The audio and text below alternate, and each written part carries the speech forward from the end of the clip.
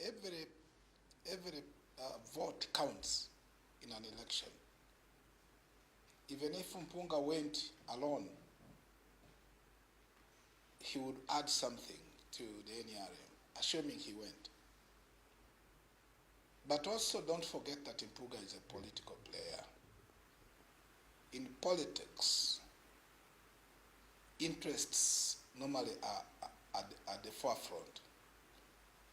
If he chooses to go to join the NRM, NUP would never be the same, because you remember about 34% of NUP's scores were from the areas of Masaka and its surroundings.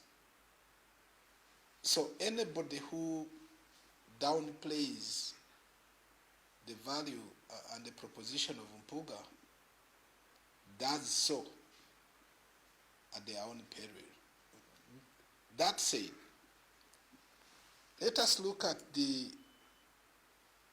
why do people join politics?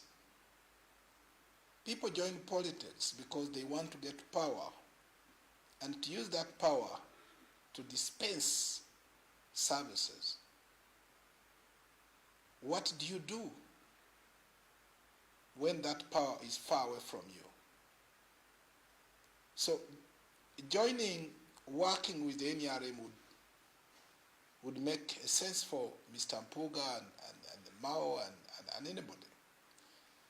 The only problem is that then you have a country without opposition.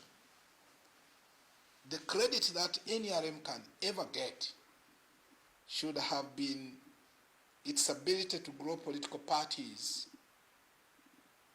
that can stand the test of time. The death of political parties can never be a success measured for any sitting government. And this has been deliberate, by the way. UPC that I grew up seeing was swallowed. Then you had DP, already is almost in pieces. You have FDC that I one time subscribed to, swallowed. That can never be measured as a success for any sitting government. Dr. Wakita, let me ask here. Let me ask you very briefly. I know you and I went to school at about the same time. You remember the lion being sick and asking animals to come and visit one by one, and the hare refusing because he saw that animals that went in never came out alive. Is it the NRM really going into talks to swallow up those talking to it? Not necessarily. You remember Semogere in 1996 joined the NRM. He eventually came out. So you can actually go in there and come out if you go there with your head up. Do you remember Semogere in after 1996 elections? Have you not seen some people who have gone in there? I remember Omar Atubo. He joined NRM and then he came out. You can actually come out. The question is, the organization for which you belong to, does it survive? Because you don't want to weaken opposition. I can tell you, a country with a competitive politics is better than a monolithic political organization. So we need opposition to be strengthened. Even when they can't take power, they need to be there to cause checks and balances. When I listened to Mpuuga saying we need to start a dialogue, this country needs a dialogue. Everybody must be prepared for that.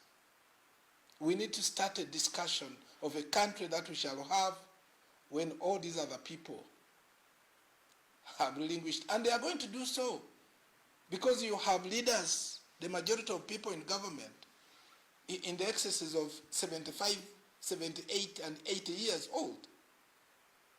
So if you can't prepare, if you can't start to think about discussing with these people who have been in government and trying to ask them, to influence them to think about what kind of country we are going to have, then we are wrong. So for me, Mpuuga is not doing the things that anybody cannot do. The question is, can the other side listen to what he will be saying? That's the question. Dr. Patrick Wakida, and maybe when we see you, we'll talk about that hare and lion story.